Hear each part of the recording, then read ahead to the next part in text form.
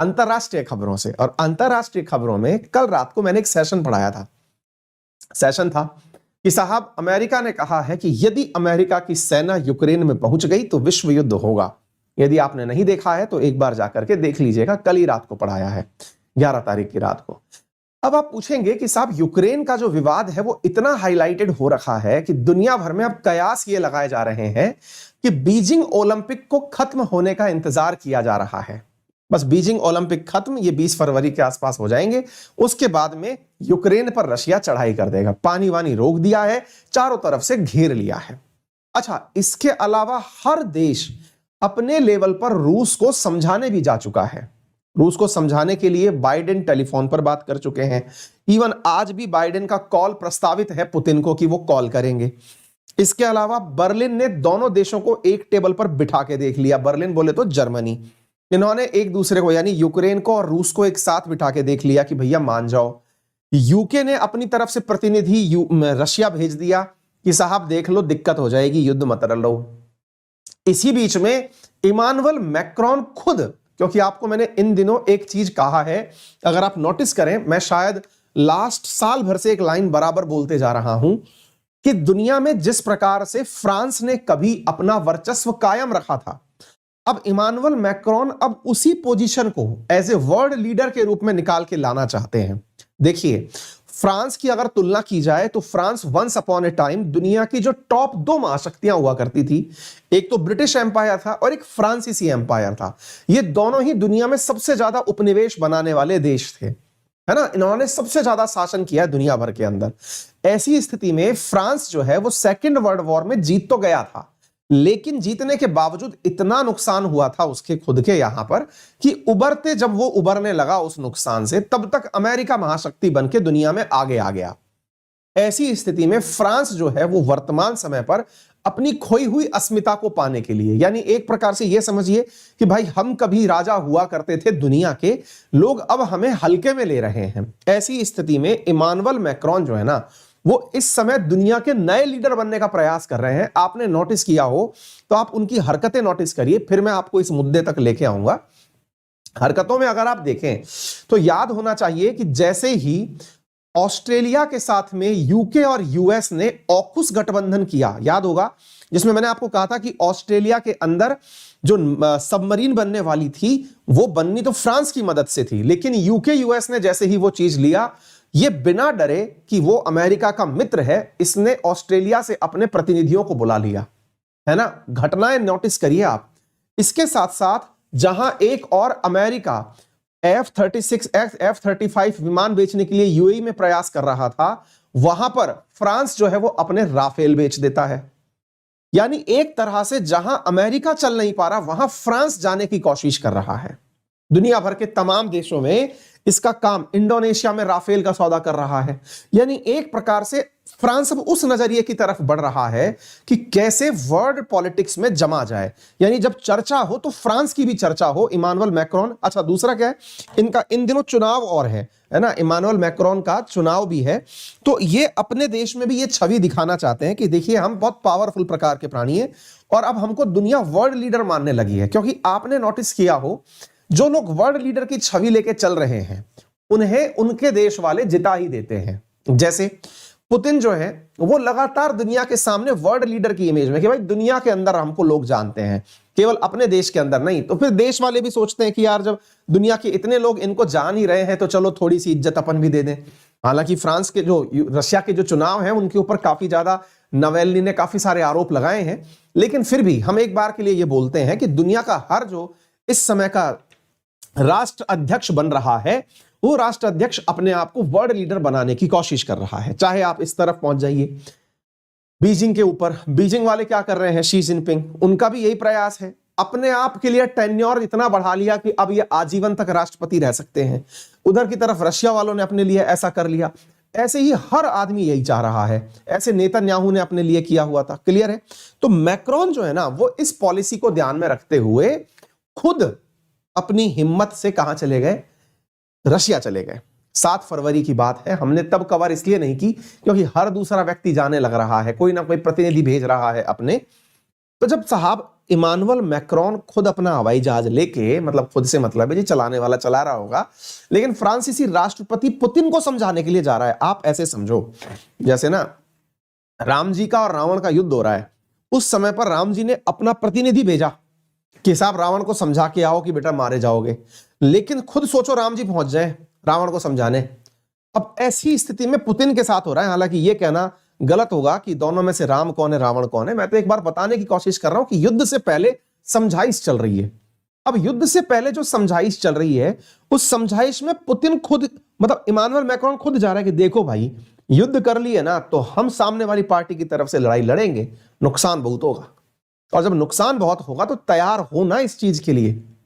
अब सोचो स्थिति गंभीर है, तो मैक्रोन ने दुनिया के सामने क्या इमेज पैदा करने की कोशिश की कि मेरा साहस देखो कि मैं खुद उसके गढ़ में जाकर के बता के आया हूं कि भाई बता क्या करना है, यूक्रेन विवाद के ऊपर किस तरफ से खेलना है। अच्छा साहब, अब ये भी हो गया। अब यहां से आगे की न्यूज सुनो क्या होती है साहब। जब ये पहुंचते हैं तो पुतिन, अब वो भी आदमी हल्का थोड़ी है, उसने अपना भी कैलिबर दिखा दिया। वो वाली बात याद है ना कि हनुमान जी जब रावण के दरबार में होते हैं तो समझाने के लिए कहते हैं कि भाई रावण तेरा आसन कितना ऊंचा है, ले मैं अपना आसन बना के खुद बैठ जाता हूं।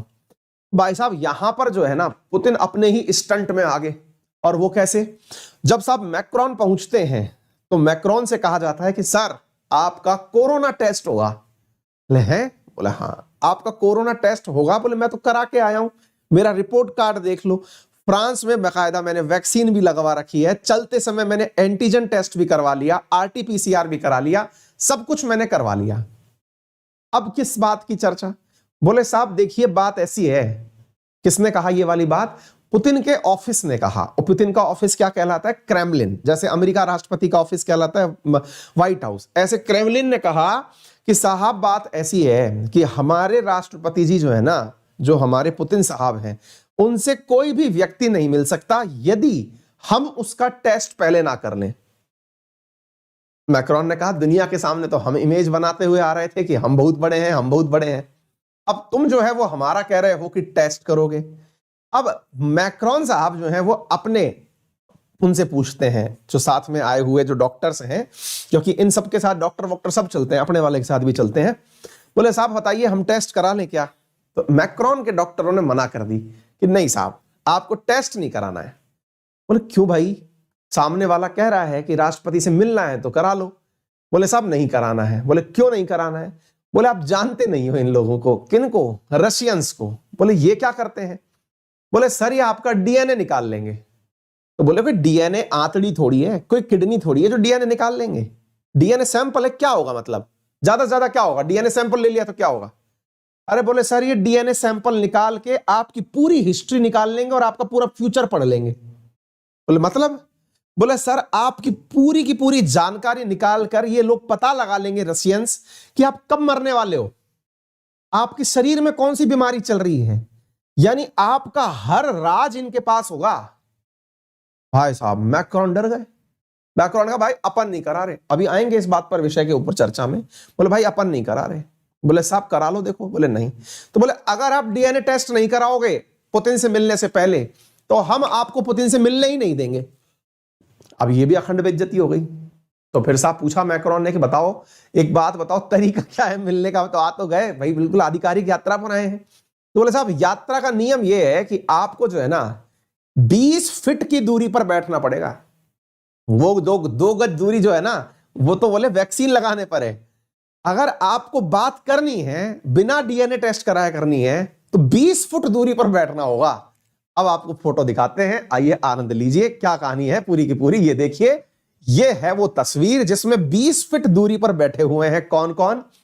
ये तो रहे मैक्रोन और ये रहे पुतिन। अब ये बोल रहे हैं, इनकी बातें सुन भी रहा है कोई, ये तो खुद ही जानते हैं। 20 फीट दूरी की टेबल पर इन दोनों को बिठाया गया है। आप तस्वीरें देख सकते हैं। इतना ही नहीं, आप ये वीडियो देख सकते हैं जिसमें दोनों लोग संयुक्त रूप से भाषण देने आते तो हैं, लेकिन दोनों के बीच की दूरियां जो है ना वो आप हॉल के अंदर देख सकते हैं। कितनी दूरी पर खड़े होकर के ये दोनों एक दूसरे से बातें कर रहे हैं। आप देख लीजिए आराम से, आपको पूरा दृश्य समझना चाहिए। इन्होंने ना तो एक दूसरे से हाथ मिलाए, ये आपको दूरी समझ में आ जानी चाहिए। अब ये फ्रंट का सरफेस है, आप देख सकते हैं यहां पर प्रॉपर दोनों के बीच की जो डिस्टेंस है वो 20 फीट है, और 20 फीट के हिसाब से यहां सारे कैमरामैन, आप देखिए कैमरामैन खूब एक साथ घुस घुस के बैठे हुए हैं एक दूसरे के साथ, ये सुरक्षा गार्ड वगैरह सब लोग बैठे हुए हैं, लेकिन दोनों ने एक दूसरे के साथ हाथ नहीं मिलाया। और 2 गज दूरी या 6 गज दूरी, क्या क्या वो नियम है ना अपने, है ना, मास्क है जरूरी, वो यहां पर वैलिड नहीं है। अब मैक्रोन हंस तो रहे हैं, इधर पुतिन भी भाई साहब कम नहीं है।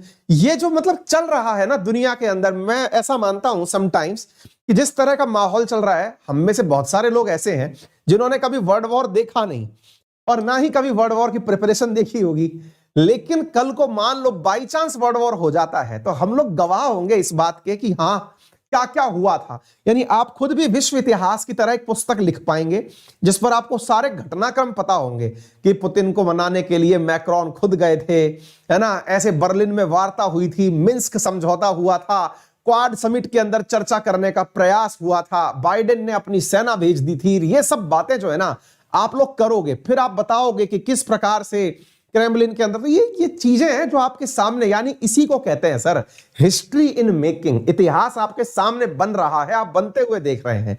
अब इंतजार इस बात का है कि युद्ध होगा कि नहीं होगा। अब आप पूछेंगे, आप खुश तो ऐसे हो रहे हैं जैसे कोई वीडियो गेम खेलने वाला हो, एक बालक बहुत देर से परेशान हो रहा है, सर अगर विश्व युद्ध हो गया तो इंडिया किसकी तरफ से बैटिंग करेगा? तो जनाब इंडिया किसी की तरफ से बैटिंग नहीं करेगा और करनी भी नहीं चाहिए। कारण यह है, हमारी ओपिनियन तो है ही है, सरकार का भी मत समझ में आ चुका है, यही मौका है अपने आप को बड़ा बनाने का। देखिए अक्सर कहते हैं कि जब युद्ध हो रहा हो उस समय पर जो व्यक्ति लड़ाने वालों को अपने साधन सौंप देना वो बड़ा बन जाता है। मतलब इधर से तुम लड़ रहे हो, तुमको असला पकड़ा दिया हमने, सैनिक नहीं पकड़ाएंगे, तुम्हें रसद चाहिए, रोटी पानी दारू दवा जो चाहिए ले लो, हम सब पकड़ा देंगे, लेकिन आदमी नहीं भेजेंगे अपना। अमेरिका बड़ा ऐसे ही बना, उसने प्रथम विश्व युद्ध द्वितीय विश्व युद्ध में कभी भी अपनी तरफ से सेना नहीं भेजी। आप कहेंगे गलत इतिहास पढ़ा रहे हो आप, विश्व युद्ध के अंदर उसने भेजा था तभी तो बम फटा था। अरे आप सही कह रहे हैं, बम फटा था, लेकिन वो एंड मोमेंट पर भेजा था जब उसका हालत ये हो गया था, उसके एक जहाज के ऊपर फ्रांसीसी जापानियों ने हमला कर दिया था पर्ल हार्बर पे, तब जाकर के भेजा है लास्ट के समय में। उससे पहले तो वो लड़ाने के लिए धड़ाधड़ अपने देश के अंदर वेपन बना रहा था कि लो लड़ो और वेपन हमसे लो, लड़ो और जो सामान चाहिए हमसे लो, यानी वो व्यापारी बन गया था।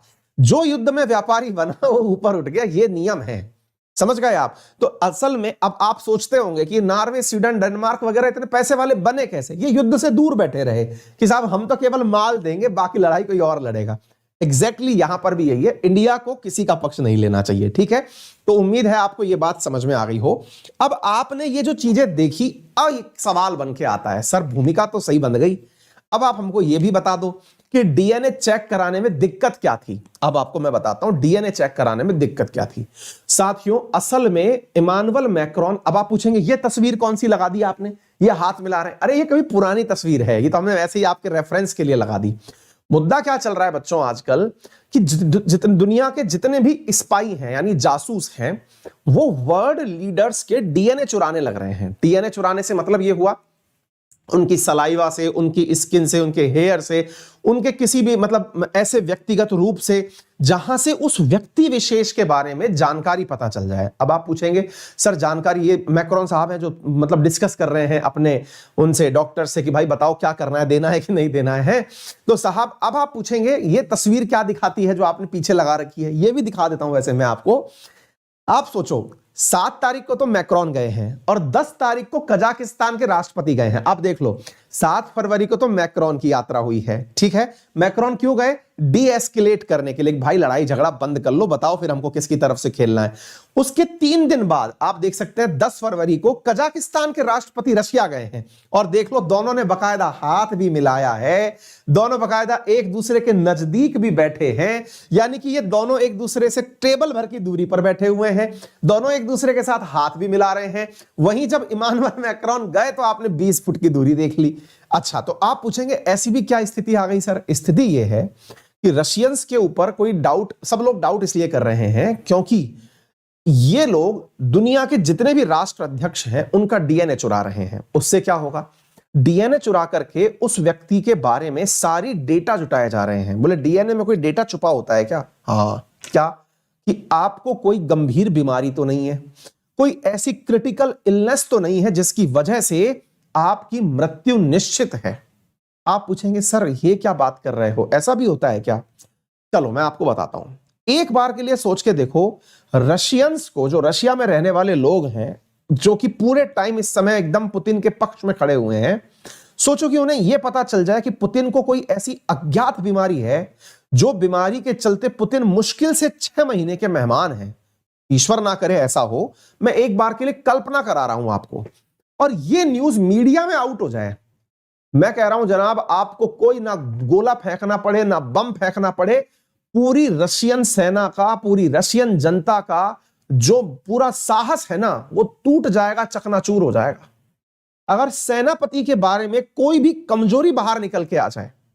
आप ऐसे सोच के देखिए, जो भी वर्ल्ड लीडर बन रहे हैं, अगर मान लीजिए हम अपने देश के प्रधानमंत्री के बारे में बात करें, ईश्वर ना करे कि उन्हें कोई अज्ञात बीमारी के बारे में आपको जानकारी लग जाए, तो आप जो अपना भविष्य उनके पीछे छुपा हुआ देखते हैं, अच्छा या बुरा, जो आपकी अपनी रणनीति हो सकती है, आपका अपना विचार हो सकता है, लेकिन आप साइकोलॉजिकल रूप से सोचिए कि कितना बड़ा इंपैक्ट पड़ेगा पूरे देश के ऊपर।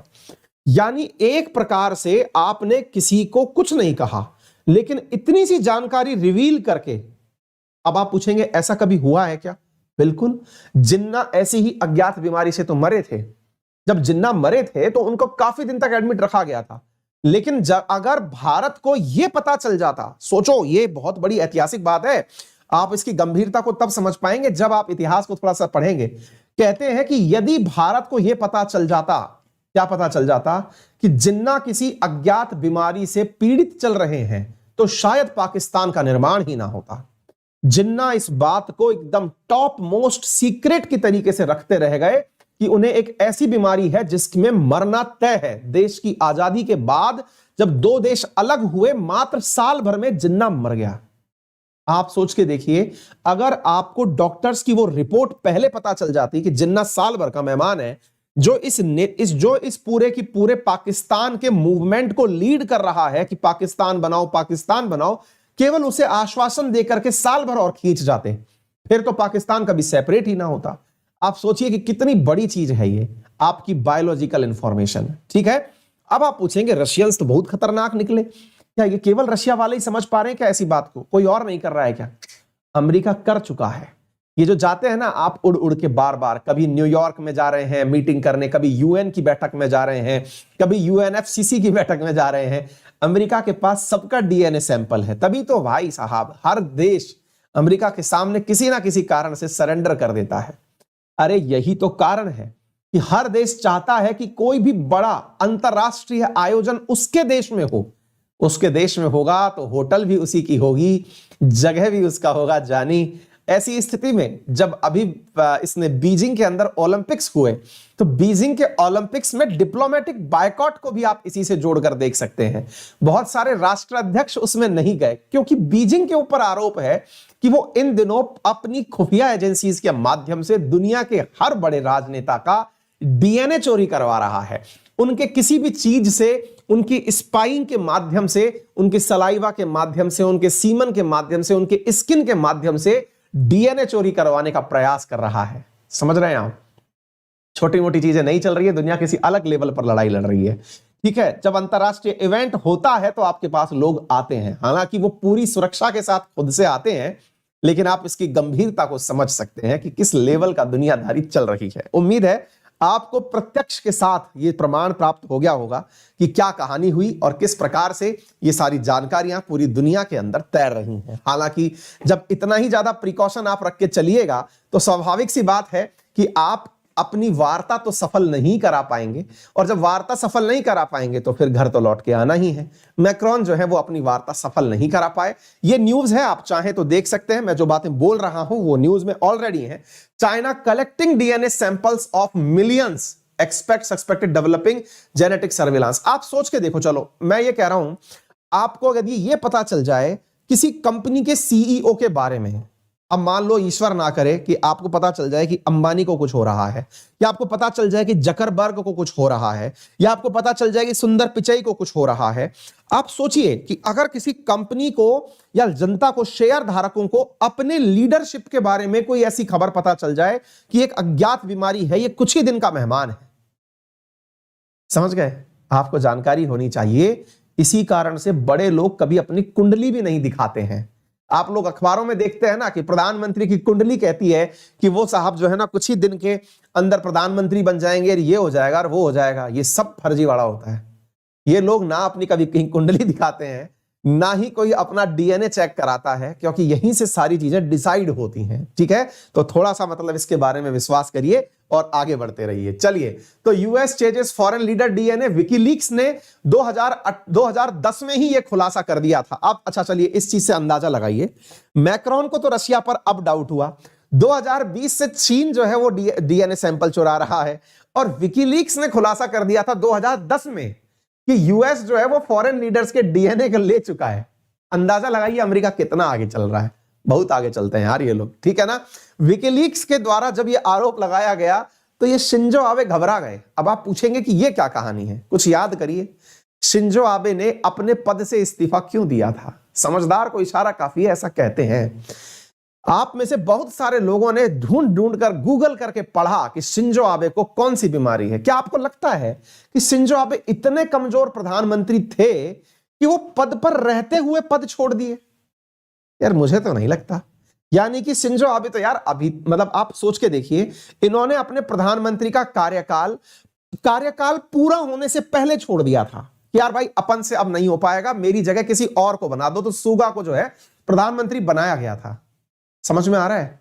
ये वही शिंजो आबे हैं जिन्होंने 2015 में कहा था कि विकीलीक्स के दावे के बारे में जानकारी प्राप्त करिए कि क्या वाकई में यूएस को हमारे बारे में जानकारी प्राप्त है, क्या वाकई में यूएस को डीएनए सैंपलिंग के बारे में जानकारी प्राप्त है। सोचिए और अब तार जोड़ने का प्रयास करिए कि क्या वाकई में शिंजो आबे को यह पता चल गया था कि उनका डीएनए, उसकी सैंपलिंग हो चुकी है, उनकी बीमारी के बारे में अमेरिका को पता है, और जब जापान और ऊंचा उठने का प्रयास करेगा और अगर जापानियों को यह बता दिया कि शिंजो आबे कुछ ही दिन के मेहमान हैं, तो क्या यह संभव नहीं कि जापान का पूरा शेयर मार्केट क्रैश हो जाएगा? समझदारी दिखाते हुए शिंजो आबे ने खुद को खुद से ही पद से उतार लिया कि साहब मैं अब इस पद पर नहीं बैठने वाला क्योंकि मैं बीमार हूं। और आप लोगों ने बहुत गूगल किया कि साहब जो है मतलब क्या बीमारी हो गई, साहब शिंजो आबे ने पद क्यों छोड़ दिया। हल्की चीज नहीं है, ये खुफिया जानकारियां हैं जो निकलती हैं, तार जोड़ने से आपको पता चलती हैं। और आनंद आ रहा हो तो इसे जियो पॉलिटिक्स कहते हैं। आप लोगों को पॉलिटिक्स में यह सुनने में मिलता है कि अखिलेश जी ने मोदी जी से क्या कहा, मोदी जी ने ममता जी से क्या कहा, ममता जी ने राहुल जी से क्या कहा। या दुनिया की राजनीति समझिए तो आनंद आएगा। आपको ऐसा लगेगा नहीं जी कि साहब ये तो सब अपने घर के से मेंबर हैं यार, शिंजो आबे ये अब हमारे आरएनए के विद्यार्थियों को ना अब ऐसी आदत हो चुकी है, उन्हें लगता है कि यार ये तो मतलब पूरी दुनिया ही एक पॉलिटिकल पार्टी के रूप में कार्य कर रही है, मतलब चुनाव लड़ रही है। उम्मीद है कि आप इस जानकारी के लिए मतलब प्रॉपर तरीके से समझ में आ गया होगा कि क्या चल रहा है। ठीक है, चलिए आगे बढ़ते हैं। रेफरल कोड अंकित 10 यूज कर सकते हैं। आज शाम को 7 बजे मेरा एसएससी का बैच है, अगर आप चाहें तो उसमें पढ़ सकते हैं। रेफरल कोड अंकित 10 लगाएं।